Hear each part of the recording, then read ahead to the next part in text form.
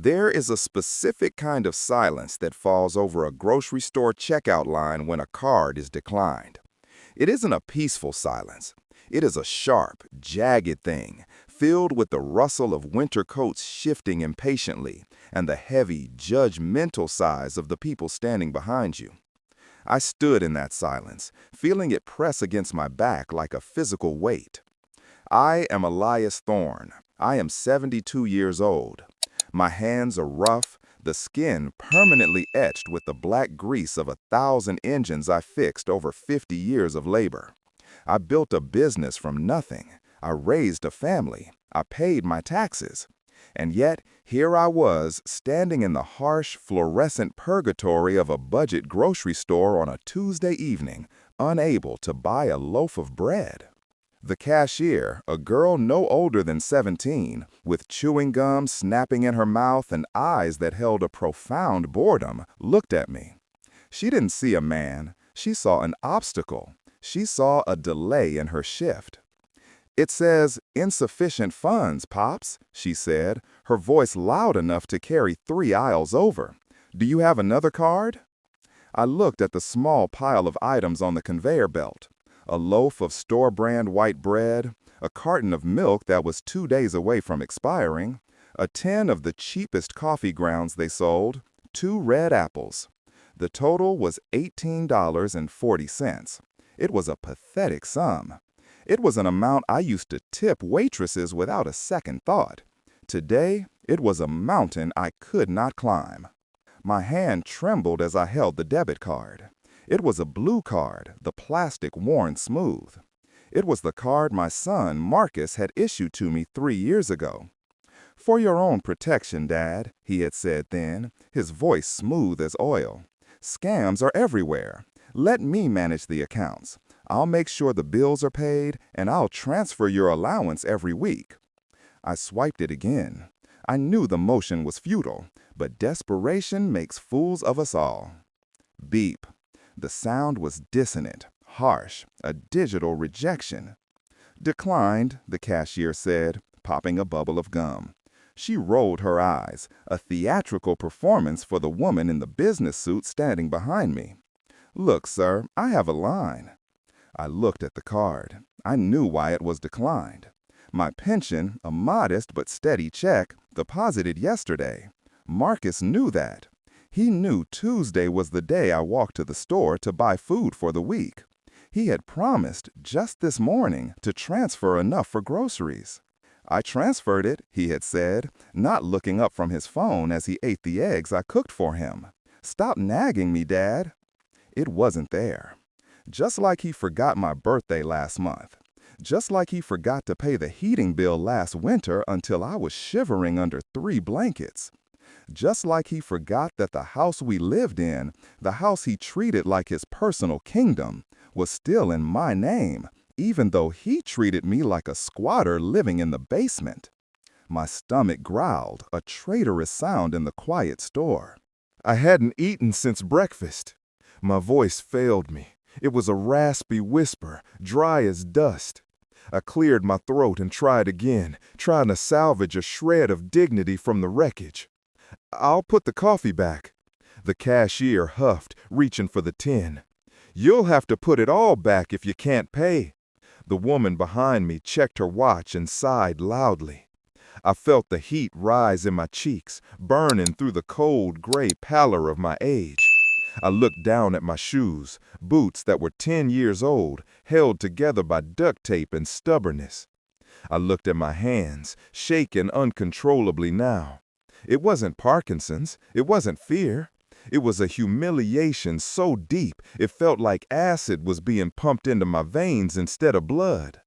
I stood freezing in a checkout line, humiliated by a machine and a teenager, realizing that my own son would rather buy a new watch or a round of drinks than feed his father. I realized then that the blood in my veins meant nothing to the son who was bleeding me dry. If you've ever felt the sting of ungrateful children, if you've ever been made to feel small by the people you raised to be big, hit that subscribe button. You need to see who paid the bill. I reached out with trembling fingers to take the milk away. I was going to walk out. I was going to walk the 2 miles home in the cold, hungry and broken.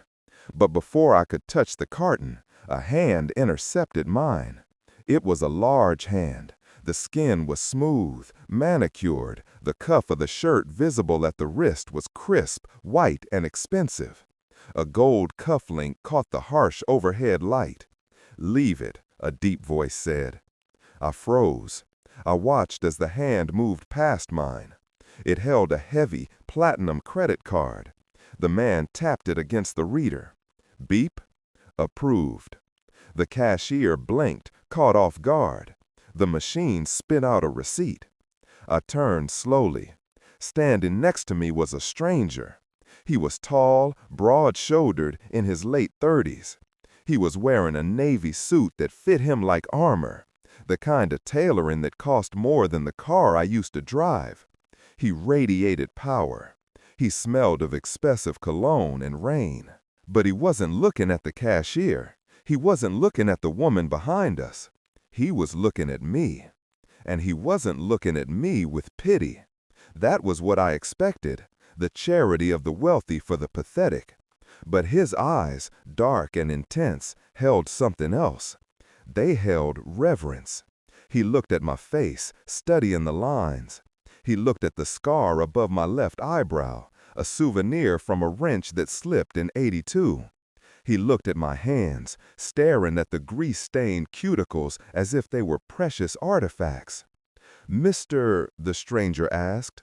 His voice was soft, wavering slightly. "Elias Thorne?" I blinked, confused.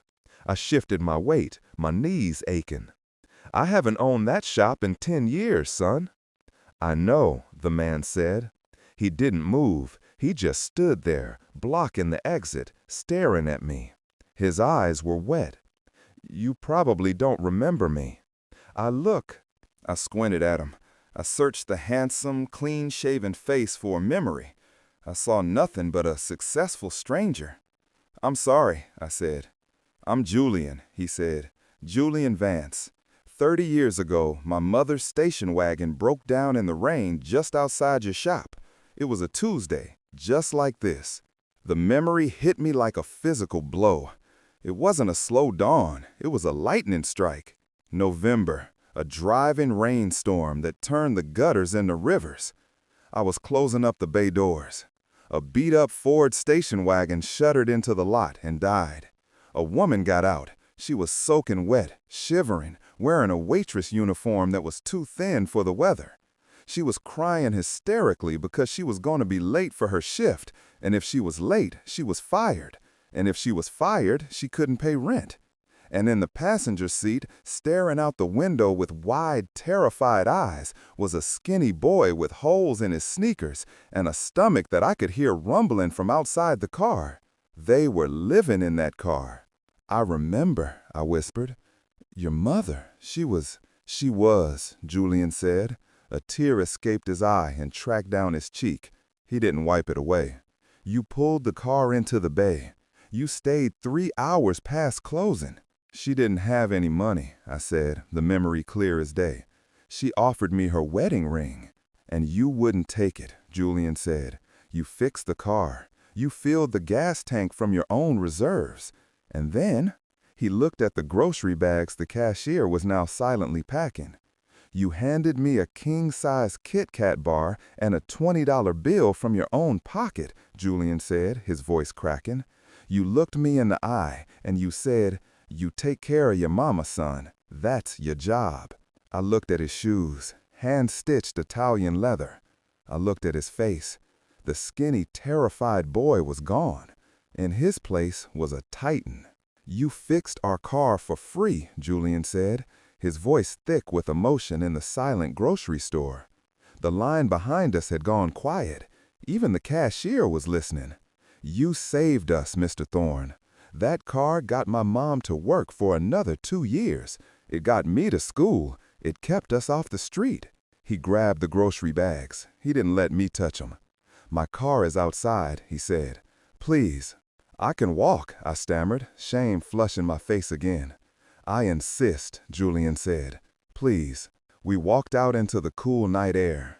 Parked at the curb, gleaming under the streetlights like a black diamond, was a Bentley. A chauffeur stood by the door, opening it as we approached. I hesitated. I looked at my dirty trousers. I looked at the pristine cream leather of the interior. "I'll get it dirty," I said. "I don't care if you burn it down," Julian said, gently guiding me inside. The ride was smooth, silent, and swift. The car smelled of leather and success. Julian sat beside me, asking about my life. I gave him the edited version. I told him my wife had passed. I told him I was retired. I didn't tell him about Marcus. I didn't tell him that the man who once fixed transmissions for free was now being starved by his own flesh and blood. But Julian was sharp. He saw the frayed cuffs of my shirt. He saw the thinness of my wrists. He saw the way I guarded the grocery bag as if it contained gold bullion. We pulled up to the house. It was a beautiful craftsman bungalow I had built with my own hands 40 years ago. It used to be warm. Now it looked cold. The lights were on in the living room. In the driveway sat a brand new BMW 5 Series. It was black, shiny, and aggressive. It still had the temporary tags on it. I stared at the car. Marcus had told me yesterday that we didn't have money to fix the boiler. "Nice car," Julian noted, his voice dropping an octave. "No," I said, my voice barely audible. "My son's. Marcus. Julian looked at the BMW. Then he looked at the grocery bag in my lap containing $18 worth of survival food. Then he looked at me. His eyes narrowed. It was a look I recognized. It was the look of a mechanic listening to an engine and hearing a rod about to throw. "He handles the finances," Julian repeated slowly. It wasn't a question. The chauffeur opened the door. Julian walked me to the front porch. He carried the groceries. Before I could unlock the door, he reached into his jacket pocket and pulled out a card. It was heavy stock, matte black with gold embossed lettering. Vance Capital, Private Equity and Asset Recovery. Julian Vance, CEO. "Mr. Thorne," Julian said, pressing the card into my hand. His grip was firm, warm, and reassuring. "You helped me when I had nothing. Now I have everything. Resources, lawyers." He looked through the window. He could see Marcus sitting on the sofa, watching a massive flat-screen TV, a beer in his hand. "I have a feeling you have a leak, Mr. Thorne," Julian said quietly. "A bad one. And I think you need a mechanic." I don't have money for lawyers," I said. "You already paid me," Julian said, 30 years ago. He turned and walked back to the Bentley. I watched him go, feeling the heavy card in my palm. I unlocked the door and stepped inside. The heat hit me, but it didn't warm me. Marcus looked up from the TV. He didn't get up to help with the bag. He didn't ask why I was late. He frowned, looking out the window as the Bentley pulled away. "Huh?" he asked, taking a sip of his beer. "An old customer," I said, walking to the kitchen to put away the milk before it spoiled.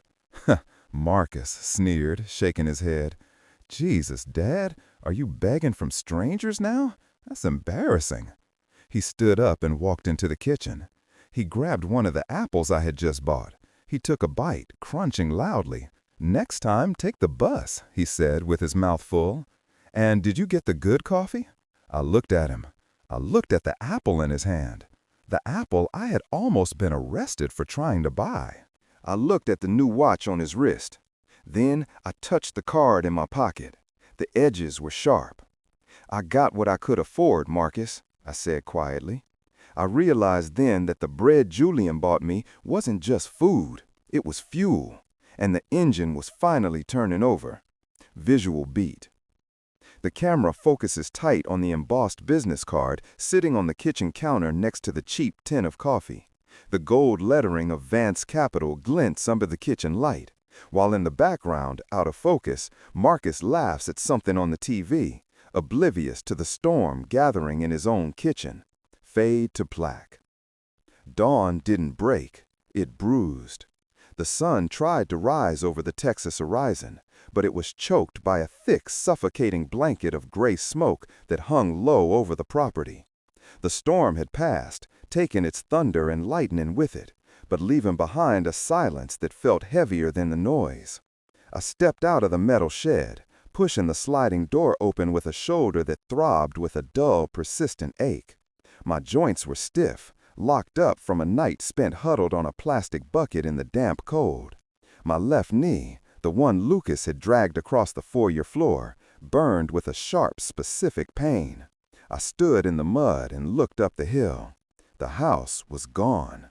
The structure I had spent 3 years building, the roof that had sheltered my wife until her last breath, the walls that had held my son's height measurements in pencil, it was all gone. It was a skeleton of charred timber and collapsed masonry. The roof had fallen into the second floor, and the second floor had pancaked into the living room. Wisps of white smoke curled up from the debris like ghosts surrendering to the morning. The smell was acrid, a wet, chemical stench of burnt insulation, melted plastic, and sodden ash. It coated the back of my throat. It tasted like failure. But I was alive. I took a deep breath, letting the cold air fill my lungs. I was alive, and for the first time in 6 months, I wasn't afraid of being homeless. I knew something they didn't. The voice cracked, high and thin. I turned my head slowly. Down by the main gate, where the fire trucks were retracting their ladders and coiling their hoses, an ambulance sat with its rear doors open. Lucas was sitting on the bumper. He was wrapped in a gray shock blanket, his feet bare and muddy. He looked small. He looked like the boy who used to run to me when he scraped his knees, expecting me to fix it. But he wasn't a boy anymore. He was a man who had thrown his father into a storm. Mara was standing next to him, pacing in tight, frantic circles. She was still clutching her jewelry box to her chest with one hand, her phone in the other. She wasn't looking at the ruins of her home. She was looking at the screen, tapping furiously, probably updating her status to garner sympathy from strangers who didn't know she had kicked an old man out of his own chair hours before. Lucas saw me. His eyes went wide, white-rimmed, and a face streaked with soot and tears. He stood up, the blanket falling from his shoulders into the muck. "Dad!" he screamed.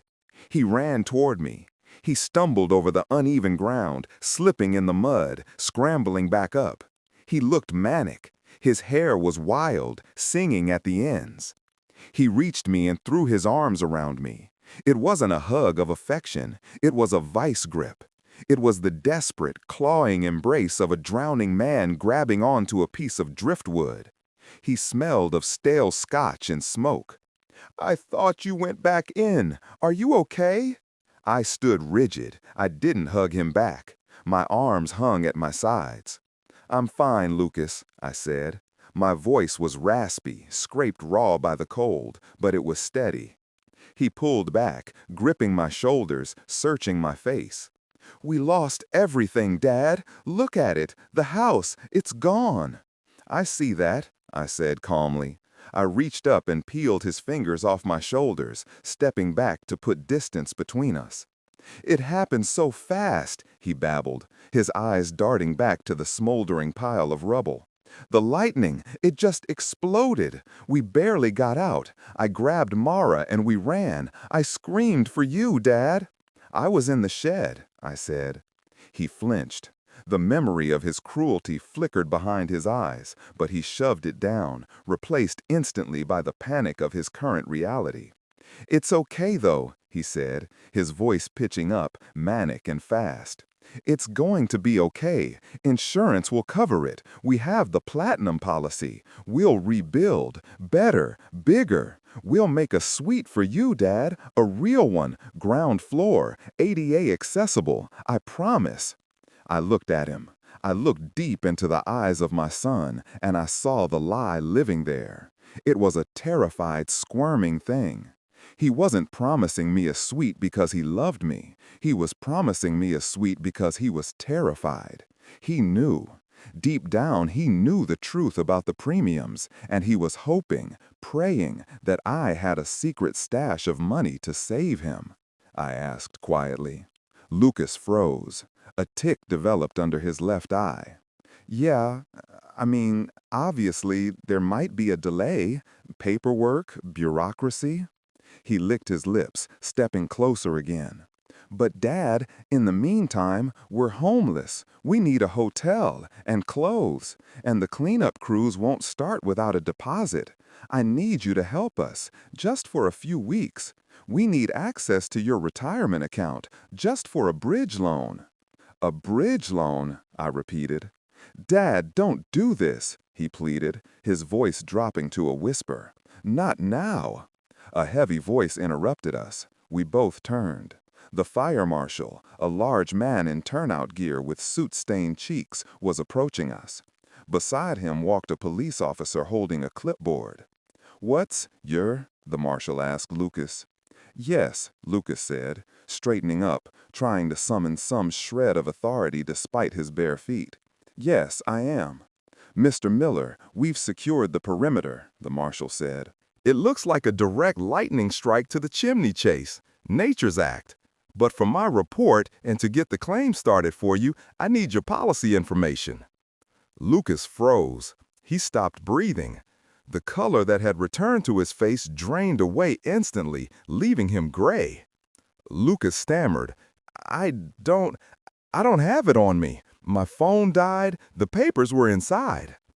"We can look it up by name," the marshal said efficiently. Lucas looked at Mara, who had walked over, still clutching her jewelry. She looked at him expectantly. "Tell him, Lucas," Mara said, shivering. "It's State Farm, right?" Lucas looked at the ground.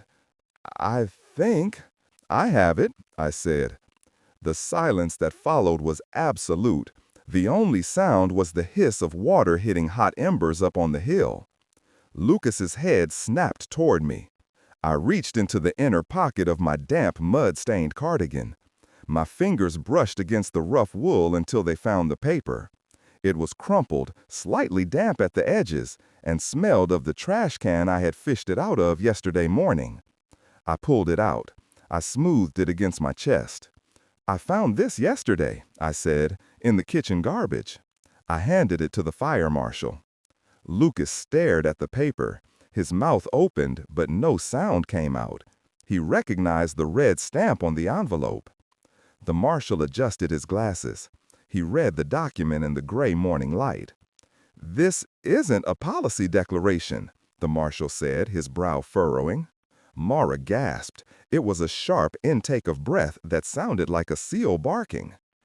"It says the policy was terminated 30 days ago," the marshal read aloud, his voice flat and professional. The marshal looked up at Lucas. Mara screamed. She dropped her jewelry box. It hit the mud with a dull thud. She grabbed Lucas by his bare shoulders and shook him. "Lucas, you said you paid it. You told me you paid the annual premium last month." "She shrieked," Lucas yelled, tears streaming down his face again. The police officer was writing notes on his clipboard. The marshal shook his head, folding the letter and handing it back to me. "I'm sorry, folks," the marshal said. "Without active coverage, the cleanup and demolition costs are on the owner." Lucas turned to me. He dropped to his knees in the mud. It wasn't theatrical this time. His legs simply gave out under the weight of his own stupidity. "Dad," he wept, reaching for my hand. I pulled it back. "Dad, please, you have money, you have savings, and—" He looked up at me, his eyes wide and frantic. A new idea was forming in his desperate mind. "Dad," he cried, "the house is gone, but the land is worth a fortune. It's 5 acres in a prime district. We can sell the lot. We can sell it as is. Developers will pay cash. We can split the money. Please, Dad, we're homeless." I looked down at him. I looked at the son who had pushed me into a storm because I didn't fit his aesthetic. I looked at the daughter-in-law who had called me an eyesore and was now looking at me like I was a life raft. "I don't have the land rights, Lucas," I said calmly. "He insisted. Or, I do. I own the deed. You signed it over. I don't think you read the contract, son, I said. My voice was low, but it carried over the wind. Bowes whispered. The deed transfer had a clause, I said. My lawyer, Mr. Henderson, insisted on it. I paused, letting the words sink in. It states, I continued, that the transfer of the deed is conditional upon the maintenance of the property. Lucas stared at me. He blinked, trying to process the legalese through the fog of his hangover and his panic. Clause, he whispered. To me, I said. It goes back to me, automatically. I pointed up the hill at the smoking ruins. The ashes, I said, those are yours. You can keep them. You can sift through them for your melted watches. But the dirt underneath them, the 5 acres you're kneeling on? No, Mara whispered. No, that's not. I protected myself, I corrected. Lucas stayed on his knees. He looked at his hands, covered in mud. He looked at the house he had burned down with his greed. He looked at the father he had betrayed. Dad, he choked out.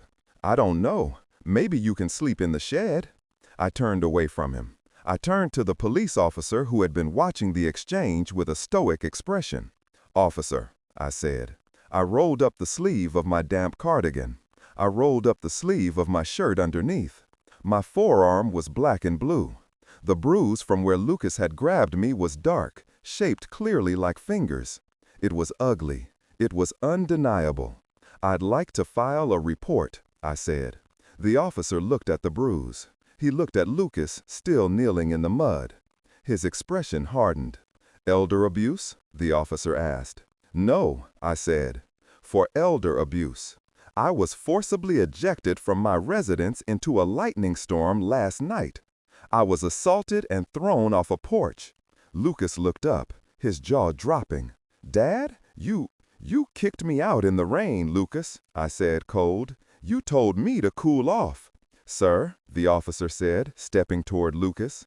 Lucas scrambled up, backing away. It was an argument. It was a family dispute. The bruise isn't lying, and we have neighbors who heard the shouting. As the officer began to read Lucas his rights, a black sedan pulled up to the gate, navigating around the fire trucks. It was a Lincoln town car, pristine and dry. The driver's door opened. Mr. Henderson stepped out. He was wearing a trench coat and holding a large umbrella. He walked over to me, ignoring the screaming match between Mara and the police. Elias, Henderson said, nodding.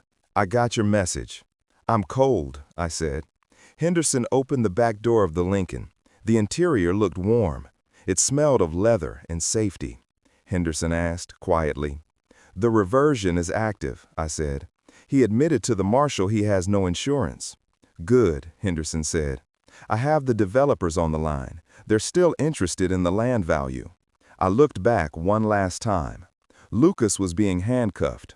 Mara was screaming at the police, telling them they couldn't arrest her husband, asking who was going to pay for her hotel.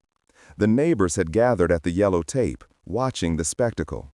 They saw the ungrateful son covered in mud, exposed as a fraud. They saw the father he tried to discard, standing tall, flanked by his lawyer. I didn't feel joy. I didn't feel triumph. I felt a heavy, final sense of closure. The cord was cut. Take me to the diner, Henderson, I said, turning my back on the ruins of my life. I want a hot breakfast. Eggs, bacon, toast, the works. And then? Henderson asked, holding the umbrella over me as I climbed into the car. There's a retirement community in Florida, I said, one with a golf course. I pulled the door shut. The silence of the car was instant bliss.